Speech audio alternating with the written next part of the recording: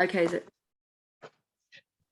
So welcome to Awakening Intuition interviews. I have with me Lucy Tipper, who is better known as Tangled Muses, and she is a botanical contact printer. And then with that medium, she then paints and is a creative. So Lucy, welcome. Thank you for joining me. Thank you for having me. It's so lovely to be here. Yeah, really, really great. And let's dive straight in. So do you have a story around what happened when you didn't listen to your intuition? So I think I'm hoping that I'm not the only person in the world that has got like a list of 100 different times that I should have listened to my intuition and didn't. I mean, I'm hoping that that's not just me. So I did have to kind of, like, in answering your question, sift through times where I thought, I should probably have listened then. However, like when I don't follow, it kind of follows into when I did. So essentially, although originally I trained as an artist and I went to university and studied illustration, I became a body worker, which is something that I absolutely adored and I loved, and I really indulged in. I worked very hard and took my job very seriously, and for many, many years. And I'd done that for sort of maybe 15 or 20 years. Just working very long hours. I put my clients, this is going to sound a little bit self-facing, but put my clients first. It was really something I took very, very seriously, and I love my job, and I work until very, very late at night. But as much as I was enjoying my job, and as much as everything was going really well, and it also fitted into family life really well. I've got 2 children, and it meant that I could be there for them. I work from home. Any time that there was a little gap in my awareness, or a little gap, maybe I'd taken a couple of days off, there was this undercurrent of niggling. There was something underneath that I thought, there's something that doesn't feel quite right here, something that doesn't feel very comfortable, and I just couldn't put my finger on it. And it was like it kept tapping, like, knock knock, there's something's not right here, something's not good. And the more I worked, the more I put things, I'm doing all the right things here, I'm working hard, I'm helping people, I'm putting the right things out there, I'm trying to balance family and all of those kind of different things and get it all right in all the right places. And yet any time, my husband's a teacher, so there was any time that there was he was on holiday, or maybe he'd go away, and I just think, our lives, is this it? Is this how life is meant to be? Is this everything? And I thought, well, yeah, it must be everything. It's got to be, I'm doing all the right things. And I can explain the feeling as a physical feeling, this sort of slightly sick feeling of not just something I'm missing. And time went on, and this is over a long period of time, and it built and built and built and built. And it became really apparent that eventually, when you don't listen to your intuition for a really, really long time, intuition stops tapping on the door and starts mowing you down in all different directions. It takes out a bulldozer and just hammers through your life.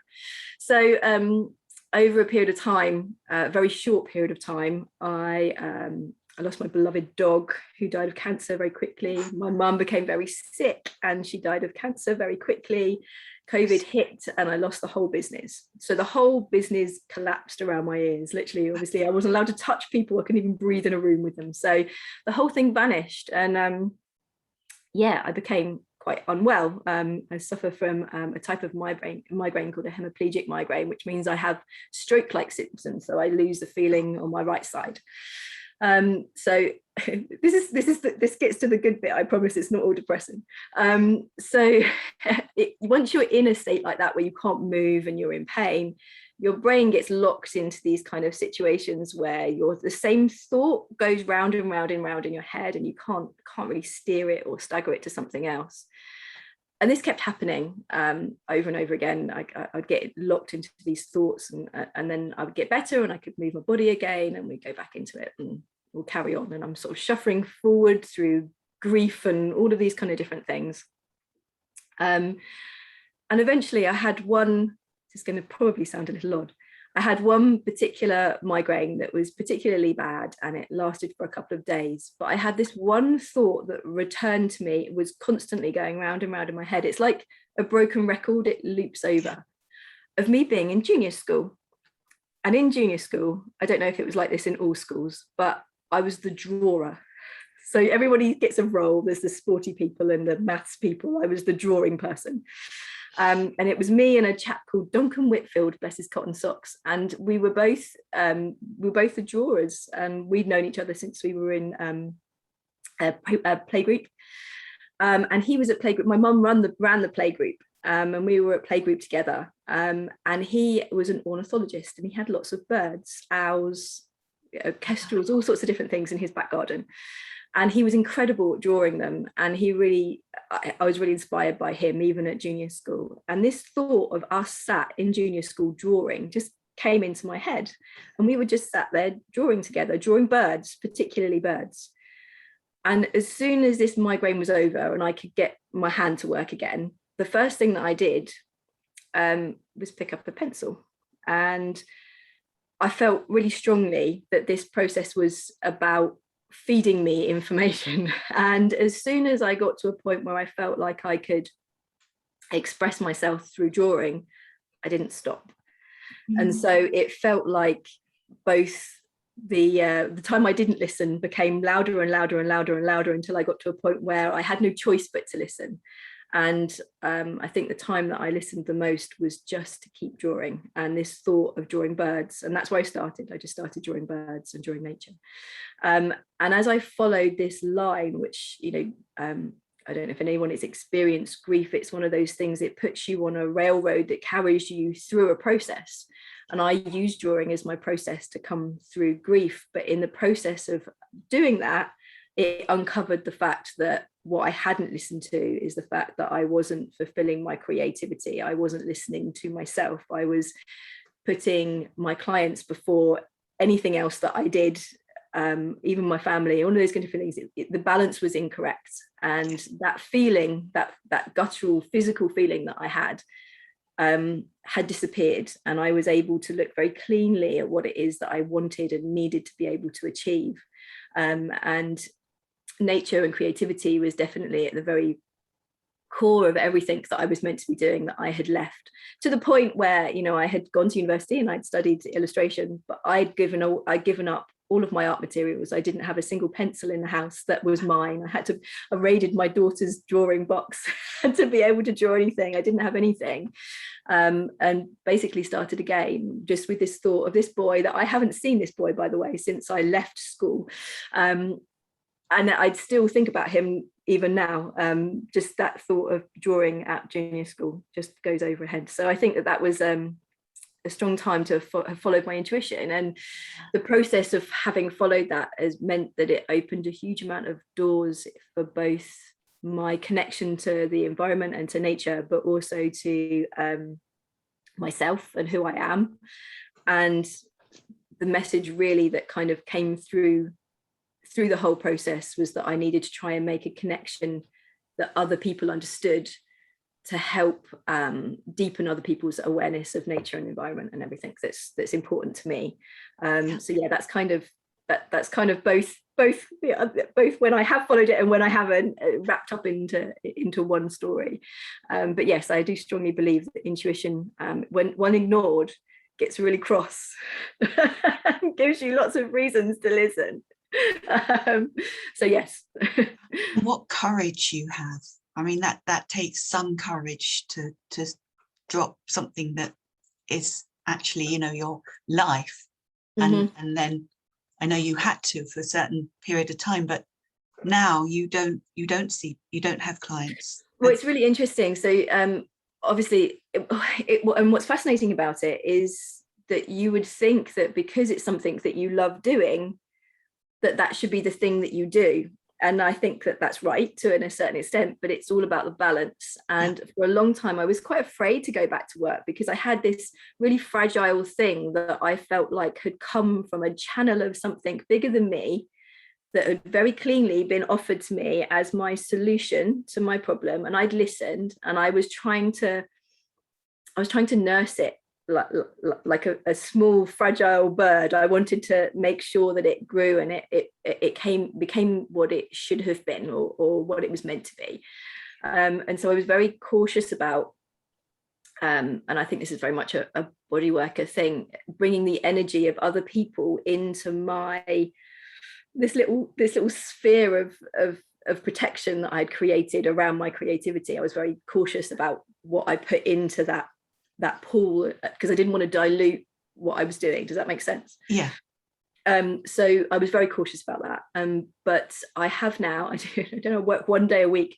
My clients were very excited. But I do 1 day a week. And what actually that's doing now is giving me a space to be sociable. It's quite isolating being an artist. Speak to many people. So it's nice to be able to talk to people. It's nice to be able to help people again. And that's always a lovely thing to do. But it's very contained, and I've given up working late nights and all those kind of things. It's just 1 day where I work hard through that day, and then I can go back, and it almost gives me the impetus to draw more on the days that I'm not massaging, if that makes sense. So yes. It kind of helps in lots of ways. Beautiful. And needless to say, actually the migraines have become much better, and actually I don't really experience them in the way that I used to. So they've actually improved massively. So it's almost, I do strongly believe, and I have always suffered from migraines, that they are a very good messenger to what you're not listening to, and what maybe you should be taking more notice of. And that's not always, I think with intuition, I think people often believe that it's following the thing that you might love doing the most, or follow the thing that you think you should be doing. Whereas I think for me, it's about seeing a bigger picture. And that intuition might not always be the obvious thing that you think that you should do. It could be something completely different. I don't know if I'm making that make much sense, but it feels like intuition is not always the obvious line to follow, if that makes sense. Can you say more about that? I think you'd think, the reason that I say that is because if you were to ask anybody, I was ticking all the boxes. I was doing what from the outside looked like I was helping people. I was using, I teach a type of embodiment. So I was working a lot with the body, and I was teaching people how to improve their relationship to their body, and all of those kind of different things. I felt like I was in service to everything that felt right. I think I felt like I'd done the right thing, but there was still this undercurrent. And the undercurrent for me is that I think all human beings are innately creative. It's just that I wasn't exercising my creativity in the way that I'm meant to do that. And without it, I was half a person. I wasn't fully who I should have been. And I knew I should have always followed that route. It's just that when I knew I was good at this, so it was easy to do it because I was good at body work. I was good at that. I knew, I was confident what I was doing. Whereas being creative is a very fragile thing that relies a lot on self-esteem, relies a lot on following your path and following how you feel. And that's delicate. Whereas body work's very, I don't know how to explain, it's very straight down the line. I did some work, they got better. Everyone celebrated. Then we knew where we were. Whereas being creative isn't like that. And I think that I thought I was doing the right thing because I was good at it. Just because I was good at it didn't mean that was the only thing I should have been doing. I shouldn't fill my time with it. Does that make sense? Yeah, absolutely. So what would you say is the one really important thing to, what tips, what's the one important thing that you could say to other women? So I touched a little bit on it just now, and I teach, or used to teach, a practice called somatic movement education. So therefore you look at your body in a somatic way, a connection between the body and the mind. And I look at the body very much like a landscape. And so you can traverse the inside of your body in the same way you might walk through a hillside. You can walk through your body and find the areas of tension or trauma or things that you're carrying with you. And despite being a teacher in this subject, I obviously still managed to ignore the feeling that I had, but I knew that there was one, but it was a very physical sensation. And I think intuition is, we're led to believe that intuition is something that lives in your brain. I think it's a very masculine thought that actually intuition is a mental state rather than a very physical. It's quite guttural. It's quite palpable within your body. And I think if you can come to your body, whether or not that's through a practice or just through a feeling, noticing where you're holding attention and what that tension comes from, and being able to try and examine it in a three-dimensional way to try and work out. I mean, I don't think it doesn't come with a little written message that says, by the way, you should be doing this. Unfortunately, it'd be really nice if it did. But if you can try and feel those lumps, those hardened areas in your body that you're carrying around with you, I think our language is quite good at sort of talking about things like having a bowling ball in your stomach, or feeling like a hardening, that sort of like nervousness you can feel.